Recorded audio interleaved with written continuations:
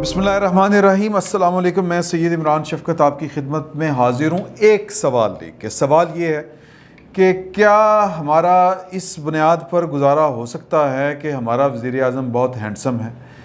बस ये सवाल है। मिसाल के तौर पर, क्या इंडिया ने अगर पाकिस्तान पर हमला करना हो और हमारा जो आज़ाद कश्मीर है वो इसको मकबूजा कश्मीर कहता है, यानी कश्मीर ऑक्यूपाइड कश्मीर बाय पाकिस्तान, वो ये कहता है, इस पर हमला करना हो तो क्या वो इस बात पर मतलब खौफजदा हो जाएगा कोई इन्हों का वज़ीर आज़म बहुत सोना है, मार मार के चपेड़ा नाल मुँह लाल कर देगा, ये मतलब इस बात पे वो टल जाएंगे या इस बात पे वो इम्प्रेस हो जाएंगे कि नहीं यार कि उनका वज़ीर आज़म बड़ा हैंडसम है, या कि सऊदी अरब जो है वो कहे कि यार कि पिछली दफ़ा 2 अरब रुपये दिए थे तो इस दफ़ा मैं 10 अरब रुपये दूंगा क्योंकि इनका वज़ीर आज़म बड़ा हैंडसम है।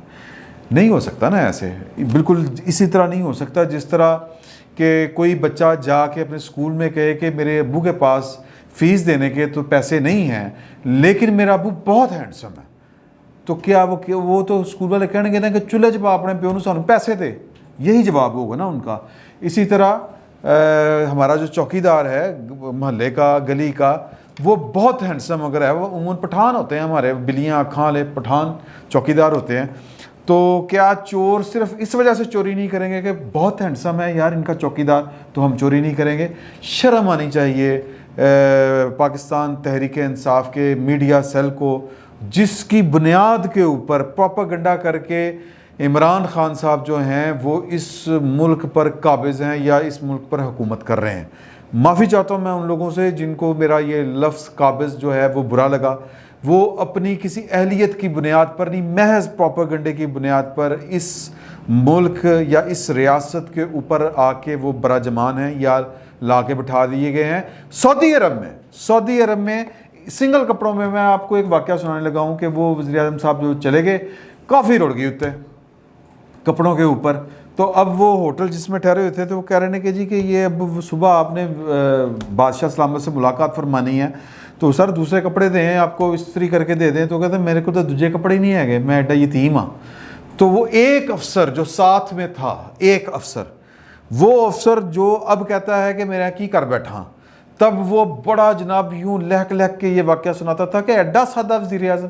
और पाई वज़ीर आज़म ना हैंडसम चाहिए ना हमें सादा चाहिए, हमें वज़ीर और ना वो है ईमानदार ज़रूर चाहिए लेकिन ना अहल नहीं चाहिए। हुज़ूर आला, हाल ये है कि हमारी ग्रोथ, हमारी इकॉनमी का बेड़ा गर्क हो गया है, लेकिन चूंकि हम ये गलती कर बैठे हुए हैं, हम ये खाक जो है अपने सरों में डाल बैठे हुए हैं, तो लिहाजा अना का तकाजा ये है, अना पसंदी ये है कि अपनी गलती को तस्लीम ना किया जाए और इस पर डट कर हट दर्मी के साथ डटे रहें। कैसे ठीक किया, बिल्कुल ठीक है, इतना हैंडसम वज़ीर आज़म कहीं से आ सकता है? मामला ये है कि ये वज़ीर आज़म जितना मर्ज़ी हैंडसम हो, लोगों को इसकी कोई परवाह नहीं की, ये बात ज़हन में रखें। उसकी मैं आपको मिसाल दे देता हूँ। मिसाल उसकी ये है कि पाकिस्तान के अंदर जितने ज़िमनी इंतखाबात हुए उन सब में इनकी का बैंड बजा, जूते पड़े, मतलब वो कहते हैं मुँह पे मली गई कालक, मुँह हो गया काला। तो अब जो आज़ाद कश्मीर का इलेक्शन आ रहा है, वो एक ड्यू है, उसके अंदर ये हमारी NOC जिसके अहकामात लागू नहीं होते वहाँ पर, वो कह रहे हैं कि जी कि वो इलेक्शन मुलतवी कर दें क्योंकि ना कोरोना बढ़ रहा है। यार तानू की आपकी जिम्मेदारी नहीं, आपकी डोमेन नहीं है, आप इंडिया हैं, आप मतलब आप मालिक हैं उनके, आप कौन हैं? आप कुछ नहीं हैं। उन्होंने आपके साथ किया हुआ है इल्हाक, उनके एहतराम करें उनके। अब आप अपनी रियासत में तो वोट को कोई ना एहतराम दे सके ना इज़्ज़त दे सके, वोट को यहाँ पे हम चोरी भी कर लेते हैं, वोट को हम छितरी भी कर लेते हैं, लेकिन वहाँ पे मेहरबानी करें, अगर वो चल रहे हैं अपने हिसाब किताब के तहत तो चलने दें। उनको ये एहसास तो ना होने दें कि हम चवल मार बैठे हुए हैं पाकिस्तान के साथ इल्हाक का फ़ैसला करके या व्हाट्सएवर जो भी है। तो वो अब वहाँ पर मामला क्या है कि जी कि ये इतनी मोहब्बत क्यों जाग रही है हमारी कि NOC कह रहा है कि जनाब इलेक्शन ना करवाएं, इसलिए कि आपको पता है कि आप ये इस हिस्ट्री में, आज़ाद कश्मीर की हिस्ट्री में पहली दफ़ा होगा या पहली दफ़ा होने जा रहा है कि पाकिस्तान के अंदर जिसकी वफाक के अंदर हुकूमत है वो पार्टी इलेक्शन हारेगी।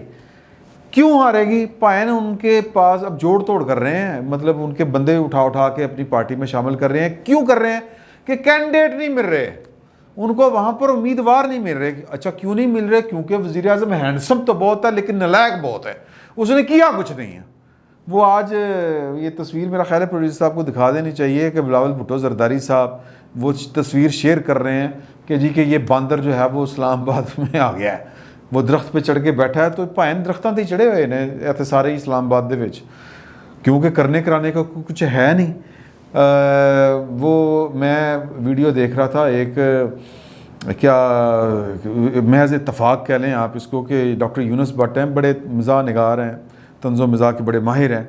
उन्होंने एक पंजाबी में वो एक छोटा सा क्लिप है, उन्होंने तकरीर की है या कह लें कि गुफ्तगू की है कि ये पंजाबी में उन्होंने बात की कि पंजाबी की होंगे ना लाहौरिये की होंगे ने। जिस तरह उन्होंने कहा कि कराची का तकाबुल किया लाहौर के साथ। कराची वाले कहते हैं कि सोते नहीं हैं, कराची सोता नहीं है और लाहौर उठता नहीं है। इस तरह की उन्होंने बातें की हैं। तो उन्होंने एक बात एंड पे जो की वो बड़ी मज़े की कि लाहौरियों ने एक मेहरबानी की है कि इन्होंने कोई खोता नहीं रहने दिया। कुछ खोते ये खा गए हैं और कुछ खोतों को ये इस्लामाबाद भेज चुके हैं। तो ये जो बिलावल भुट्टो जरदारी हैं वो पता नहीं उनके क्या जी में आई। इससे पहले भी एक दफ़ा जो मौलाना फजलुर रहमान हैं उन्होंने, आपको याद होगा कि एक वीडियो पे तबसरा किया था कि वो एक बंदर है, वो स्टीयरिंग के ऊपर बैठा हुआ है बस की, और फिर उन्होंने कहा कि बंदर समझ रहा है कि गाड़ी वो चला रहा है लेकिन गाड़ी कोई और चला रहा है। तो ये बड़ी वो क्या कहते हैं जिसको कहते हैं सार्केस्टिक, बड़ा मानी खेज़ एक तंज था। ये भी बड़ा मानी खेज़ तंज है। अब सूरत हाल ये है कि इमरान खान साहब के पास जो कारकर्दगी जिस तरह दिखाने के लिए पाकिस्तान के अंदर नहीं है, और सिर्फ इस खुशकिस्मती कह लें कि चूँकि पाकिस्तान की जो अपोजिशन है वो अब ये गंद उठाने के लिए तैयार नहीं है। वो कहती है कि जो लाए थे वो तब्दीली के मज़े भी लें, और वो इमरान खान साहब जो हैं वो अंपायर की उंगली के मज़े लें। तो हम तो इस सारे चक्कर में आ नहीं रहे, और जिन्होंने तजर्बे किए हैं पाकिस्तान पे वो इन तजर्बों का लें मज़ा। तो हम इस मतलब ये कि ना इन हाउस चेंज लाना चाह रहे हैं, ये जो सारी लड़ाई है। तो इमरान खान साहब बाई डिफ़ॉल्ट और पाकिस्तानियों की बदकिस्मती, हम आपकी बदकिस्मती, और उनको तो फ़र्क नहीं पड़ेगा। जिनको ये सबक सिखाना चाह रहे हैं कि जनाब के आप होर कर लें, उनको फ़र्क कहाँ पड़ता है यार, कोई फ़र्क नहीं पड़ता। तो मुझे ये लगता है कि ये कौम के साथ ज़्यादती है, लोगों के साथ ज़्यादती है। बहरहाल अगर पॉलिटिकल पार्टी, वही हमजा शहबाज वाली बात कि कल को ये गिला मुस्लिम लीग नून के साथ भी लोग करेंगे कि जब हम भूखे मर रहे थे तो आप क्या कर रहे थे, आप देख रहे थे कि हमने सबक सिखाना है। तो सबक सिखाने के चक्करों में पता नहीं है क्या सियासत है क्या नहीं है। लेकिन इस वक्त सूरत हाल ये है कि जिस तरह पाकिस्तान के लोग जो हैं वो इमरान खान से नाक तंग आए हुए हैं, और उनकी सोशल मीडिया टीम जिसके प्रोपेगेंडे की वजह से वो आज तक इक़्तिदार में आए, और प्रोपेगेंडे के ज़रिए ही उनकी कुर्सी चल रही है, हुकूमत चल रही है। वो बैठ के कह रहे हैं कि जी कि इस तरह हैंडसम वज़ीर आज़म कभी देखा है किसी ने? और यार समझ गए होंगे ना मैं क्या कह रहा हूँ। तो अब आज़ाद कश्मीर के जो लोग हैं वो भी ये हैंडसम वज़ीर आज़म के साथ उनका पेट नहीं भर रहा, लिहाजा वो वोट देंगे इनके ख़िलाफ़। तो अब ये लोगों को पता है कि जी के हमें तो मतलब अगर हम पीटीआई की तरफ से लड़ेंगे तो खाएंगे जूते, लेकिन चूँकि पीटीआई वफाक में हुकूमत में है, ख़जानों के मुँह खुले हुए हैं, तो लिहाजा 5 बंदे अभी तक वो मुस्लिम लीग नून के उधर से तोड़ चुकी है, एक वज़ीर और एक साबिक़ स्पीकर। एक मैं नाम उनको ले देता हूँ, एक अली शान सोनी हैं, एक सगीर चुगताई हैं, एक अली रज़ा बुखारी हैं, एक साबिक़ स्पीकर अनवारुल हक, और एक और हैं शहजाद चोई साहब, ये साबिक़ वज़ीर हैं। ये पीटीआई में शामिल हो गए हैं, और शामिल होने की साफ कोई ना कोई तो वजह होगी, अदरवाइज़ तो वोट तो नहीं पड़ने। उनको पता है कि कोई धांधली होगी, फिर जितवाएंगे, जेब भी गर्म करते हैं, काम भी निकलवाते हैं और आगे चलते हैं। तो पोजीशन ये है कि PMLN जो है उसकी पिछले इलेक्शनों में 31 सीटें थीं, और पीपल्स पार्टी की 3 थी, PTI की 2 थी, और आज़ाद जम्मू कश्मीर मुस्लिम कॉन्फ्रेंस की 3 थी। वहाँ पर एक कल्चर है, और वहाँ के जो लोग हैं वो मरहून मिन्नत, हमने उनको अपना ना मुझे ये अल्फाज़ कहते हुए बड़ा अजीब लग रहा है कि हमने अपना उनको मरहून मिन्नत रखा हुआ है कि आप हमारे साथ होंगे तो जनाब आप ज़िंदा रह सकते हैं, अदरवाइज़ आपके लिए दुनिया की कोई नेमत नहीं है, ना कोई सहूलत है। तो वो अब इस आदत के तहत वो जो वफाक में हुकूमत होती है जिस पार्टी की, वो उसी पार्टी को आज़ाद कश्मीर में भी इलेक्शन में वोट दे देते हैं। लेकिन इमरान खान, ये पिछले साल भी ऐसे ही हुआ, नवाज शरीफ साहब की हुकूमत थी मुस्लिम लीग नून की, उससे पिछली दफ़ा पीपल्स पार्टी की थी, और वहाँ पर इलेक्शन जो था वो बाद में हुआ, यानी कि इधर चेंज हो गई हुकूमत और उधर पीपल्स पार्टी की ही थी। 2013 वाला जो था ना सीन, तो उधर फिर जनाब नून लीग एक्टिव हुई। उन्होंने कहा कि जनाब वो लेके आते हैं तहरीक अदम एतमाद और नून लीग की हुकूमत कायम करते हैं। नवाज शरीफ साहब ने रोक दिया तो पीपल्स पार्टी की हुकूमत अपना टेन्योर पूरा कर गई और फिर नून लीग की हुकूमत अगले इलेक्शन में जीत के वो बन गई। तो अब जो है ये इस आदत के बावजूद, ये कुछ 70 साल आदत कह लें आप कि जी के वफाक में जिसकी हुकूमत होगी उसी को हमने वोट देने हैं, इसलिए कि हमारा मुस्तकबिल तो वफाक पाकिस्तान के साथ जुड़ा है। वो वरना फ़ंड रोक लेंगे, वो वरना जनाब हम तो मफलूज होकर रह जाएंगे ना वहाँ पे कोई गली बनेगी, ना सड़क बनेगी, ना वहाँ पर तनहाएँ आएंगी, ना कोई काम चलेगा अगर वज़ीर आज़म पाकिस्तान नाराज़ हो जाएगा। और ग़ुलामी पता नहीं किसको कहते हैं, पाकिस्तान के वफाक को ये सोचना चाहिए कि ये क्या हरकत है। लेकिन उसके बावजूद ये ख़तरा ले रहे हैं कश्मीरी। वो समझते हैं कि ये कश्मीर को इन्होंने सरेंडर किया है इमरान खान साहब ने, वो समझते हैं कि ये कश्मीर का सौदा करने वाले हैं, वो समझते हैं कि ये पाकिस्तान की इकॉनमी का बेड़ा गर्क करने वाले हैं। अगर पाकिस्तान की इकॉनमी नहीं होगी तो फिर कश्मीर की भी इकॉनमी नहीं होगी।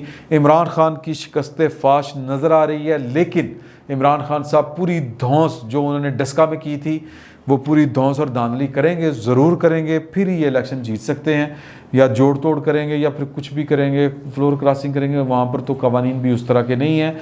फिल वक्त पॉइंट जो मैं मेक करना चाह रहा हूँ वो ये है कि शर्म करें वो लोग जो इमरान खान की कारकर्दगी की बजाय उसको सिर्फ इस बुनियाद पर कह रहे हैं कि जी के वाह इससे हैंडसम वज़ीर आज़म कोई नहीं आया, वो हमने चटना है हैंडसम वज़ीर आज़म को, क्या करना है। लोग भूखे मर रहे हैं। 15 से 35 लोग डान अखबार के मुताबिक 15 से 35 लोग रोज़ाना पाकिस्तान में अपने हालात से तंग आकर खुदकुशी कर रहे हैं। तो इस वज़ीर हैंडसमी की करनी है, क्या करनी है। तो तकलीफ़ हो रही है मुझे इस बात से, इस प्रोपेगेंडे से, कि आपकी हैंडसमशिप जो है वो ना किसी गरीब का पेट भर सकती है, ना किसी की बेटी के हाथ पीले कर सकती है। तो इस तरह के ट्रेंड चलाने वालों को शर्म करनी चाहिए कुछ। फिल वक्त इतना ही, बहुत बहुत शुक्रिया।